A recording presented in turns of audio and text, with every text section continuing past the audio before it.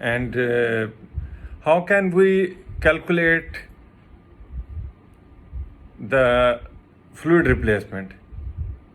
So एक तो आपने देखना है कि किधर से लॉस हो रहा है तो उसको क्या चीज़ रिप्लेस करेगी. अगर गैस्ट्रिक लॉस है, नेजोगैस्ट्रिक का लॉस है, तो then it should be replace with normal saline with 20 milliequivalent of potassium chloride. और अगर बाइल से जा रहा है तो एंड पेंक्रियाज से जा रहा है या स्मॉल इंटेस्टाइन से जा रहा है या कोलन से जा रहा है लाइक डायरिया, तो it has to be replaced with Ringer lactate. How can we calculate the maintenance fluid? Maintenance fluid वो फ्लूइड है जो कि बॉडी का आपको रिक्वायर्ड है. So that depends. आप देखिएगा कि हमारा जो इनसेंसिबल लॉस थी वो तकरीबन 1.5 लीटर थी. So in addition to that we require about 1000 ml for maintenance. So about 2 to 2.5 liter are required in daily 24 hours. So उसके लिए फार्मूला या 50-20-10 का फार्मूला 100-50-20 का फार्मूला है या 4-1 का फार्मूला है. 100-50-20 फार्मूला क्या है कि 100 ml आपने देना है फर्स्ट 10 kg के लिए और 50 ml पर किलोग्राम देना है फॉर नेक्स्ट 10 kg के लिए. And then for the rest of the weight you give 20 ml per kg. So like अगर आप इसको कैलकुलेट कर लें, ये 24 आवर का कैलकुलेट हो जाएगा और उस 24 आवर में आपको जो है उसको डिवाइड करके देना है. तो it comes out to be about 105 to 110 ml per hour. 4-1 में it is 4 ml for the 4 ml per kilogram for the first 10 kg and then 2 ml for the next 10 kg and then 1 ml per kilogram for the next every kg. So अगर हम 50-20-10 formula लगाएं और हम देखें कि 70 kilogram के बंदे को कितना मेंटेनेंस फ्लूइड चाहिए होगा, तो that would be if first 10 kg में 100 ml है तो ये 1000 आ जाएगा. नेक्स्ट 10 kg के लिए 50 ml है तो ये 500 आ जाएगा. और नेक्स्ट के पर kg के लिए 20 है तो 50 kg के लिए फिर 1000 आ जाएगा. तो this is about 2.5 litre. So if you divide it by 24 hours this is 100 ml per hour maintenance rate. वेराज अगर हम 4-1 फार्मूला देखें तो पहले 10 kg के लिए 4 ml पर किलोग्राम था, 40 ml हो गया. नेक्स्ट 10 के लिए 2 ml था तो 20 हो गया. फिर then every kg needs 1 ml per hour. तो ये टोटल आपका हो जाएगा 110 ml per hour maintenance rate. So almost the same. So whatever formula you use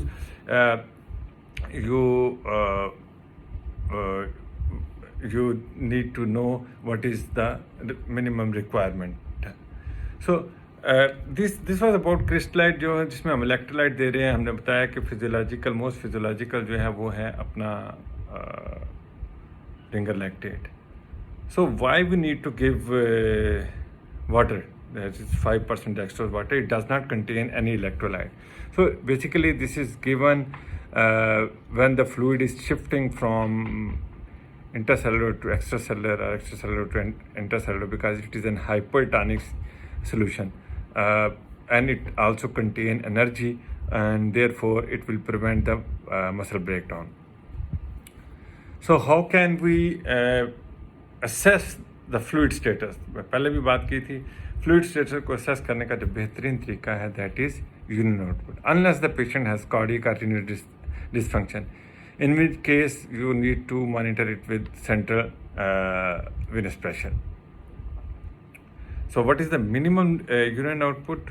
That is about 30 ml per hour in an healthy adult. That comes out about 0.5 cc per kilogram per hour. So this was all about the fluid and electrolyte imbalance, and so in summary, the body contains 60% of water, and most of them 63% is extracellular and 33% is intracellular. And then there is third space, which comes when there is edema and the fluid is collected in the interstitium, or when post-surgical patient has ileus, the fluid accumulates in the lumen of the intestine. And normal जो आपकी daily requirement है वो sodium की about 134 milliequivalent है. That is for 70 kg male. और whereas potassium की about 1 milliequivalent per kilogram है, chloride की अबाउट 1.5 to 2 किलो है. So by knowing what is the daily requirement and what are the electrolytes, we can easily calculate the total requirement of fluid. And especially surgical patient, you need to know that surgical patient cannot take orally. You need to replace them with IV fluid. So this was all about the fluid and electrolyte balance in a surgical patient, and I hope